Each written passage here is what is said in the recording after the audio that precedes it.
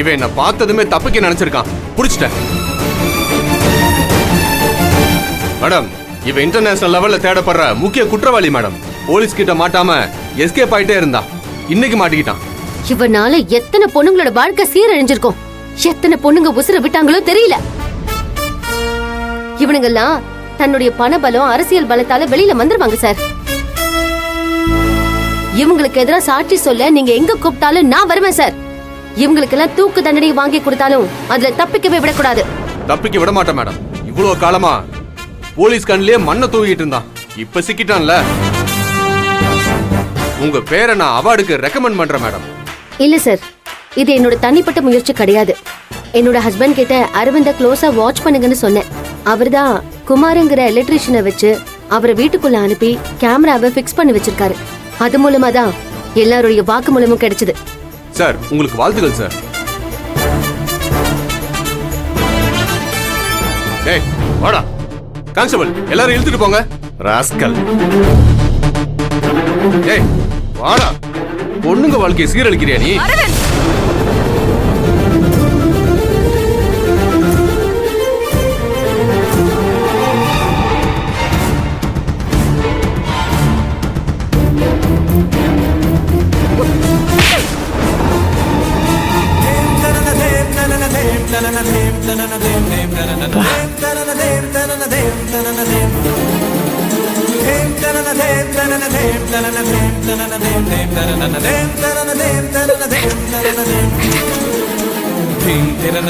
நீ எல்லாம் ஒரு மனுஷனா?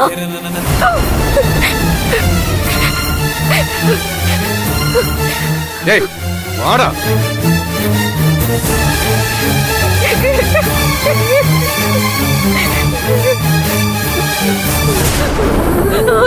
மனுஷருக்கா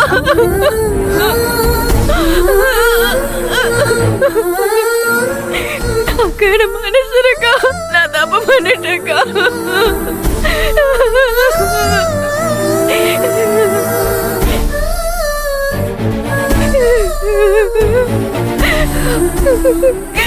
எந்திரி கோகிலா, எந்திரி. படாத, எந்திரி. எந்திரி முதல்ல. நான் எவ்வளவு பெரிய பாவம் பண்ணிட்டு எவனோ ஒரு பணக்கார புருஷனா வர போறான்னு நம்பிட்டு என்னை வளர்த்தெடுத்தவங்க எல்லாரையும் கொஞ்சம் கூட நன்றி இல்லாம எவ்வளவு கேவலமா திட்டுட்டு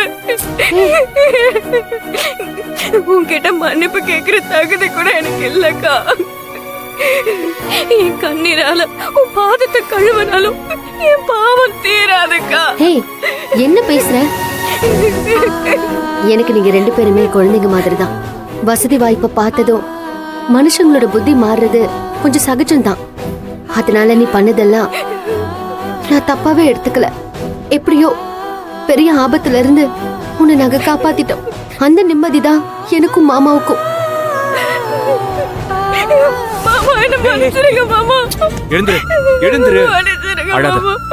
நடந்தது எல்லாம் ஒரு கெட்ட கனவை நினைச்சு மறந்துரு.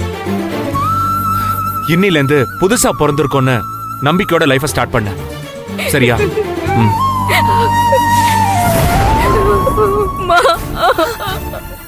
என்ன மன்னிச்சிருமா. உங்களை நான் எவ்வளவு வேதனைப்படுத்திருக்கேன். என்ன மன்னிச்சிருமா. மகா அந்த பையன் வேண்டான்னு சொன்னதுக்கு இப்ப உனக்கு காரணம் புரிஞ்சுதா?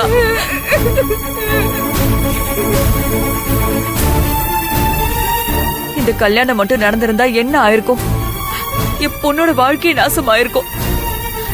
நாம எல்லாருமே கூட இந்த கல்யாணம் நல்லபடியா நடக்கட்டும்னு நினைச்சோம். ஆனா மகா ஒரே பிடிவாதமா இந்த கல்யாணம் நடக்க கூடாதுன்னு நினைச்சா. மகா நம்ம குடும்பத்தோட குலசாமி. என்னம்மா நீ? என்னம்மா இதெல்லாம்? மகா, சம்பந்தியம்மா சொல்றது சரிதான். நாங்க எல்லாருமே நல்ல நேரம் முடிய போது தாலி கட்டுன்னு சொல்லிட்டோம். நல்ல நேரத்துல வந்து தாலியை கட்ட விடாம தட்டி விட்டிய. நீ மட்டும் வராம போயிருந்தா மொத்த பாவத்துக்கும் நாங்க காரணமா இருப்போமா. பாவத்துல இருந்து நீ எல்லாரையும் காப்பாத்திருக்கமா. மகா, அந்த பையன் முகத்தை பார்த்து நான் கூட நல்லவன்னு நம்பிட்டேம்மா.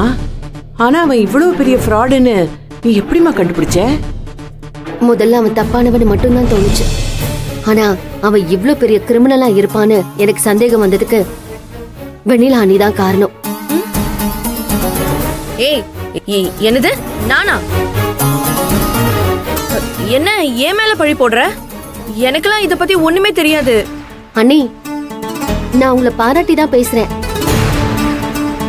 அன்னைக்கு பேச்சோட பேச்சா இப்பெல்லாம் பணக்காரங்கன்னு சொல்லி அழகான பொண்ணுங்களை காதலிச்சு கல்யாணமும் பண்ணிக்கிட்டு மும்பைல கொண்டு போய் வித்துடுறாங்க. அது மாதிரி இருக்குமோன்னு மகா பயப்படுறா அப்படின்னு நீங்க என்ன பார்த்து கேட்டீங்கல்ல.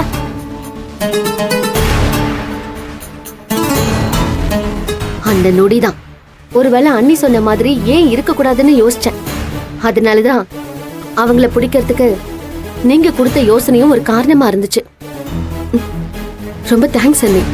ஐயோ, நான் இவளுக்கு பண்ற கெடுதல் கூட நல்லதாவே முடியுதே. என்ன கொடுமை இதெல்லாம். வெண்ணிலா, தெரிஞ்சோ தெரியாமலோ வாழ்க்கையில ஒரு நல்ல காரியம் பண்ணிருக்கேன். இன்னைக்குதாம்மா உன்னை பெத்ததுக்கு நான் பெருமைப்படுறேன். என் பொண்ணு வெண்ணிலாவால இப்படி ஒரு நல்ல காரியம் நடந்திருக்கா?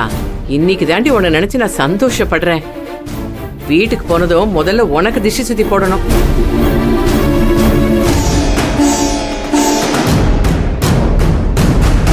ரொம்ப நன்றி வெண்ணிலா.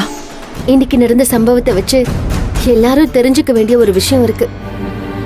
நம்ம அப்பா அம்மா அப்புறம் நம்ம குடும்பத்துல இருக்கிறவங்களை தவிர வெளியில இருந்து வர யாரும் நம்ம மேல உண்மையான அன்பையும் பாசத்தையும் காட்டவே மாட்டாங்க. அதனால நம்ம குடும்பத்து மேல மட்டும் எல்லாரும் நம்பிக்கை வைக்கணும். சரியா? கோகிலா எங்க? புரிஞ்சுதா?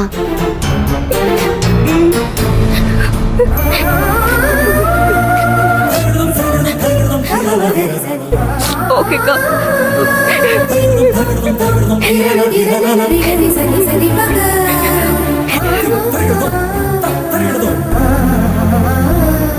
அரவிந்த் இவ்ளோ பெரிய கிரிமினல்னு அஸ்வினுக்கே தெரியாதுன்னு நினைக்கிறேன்.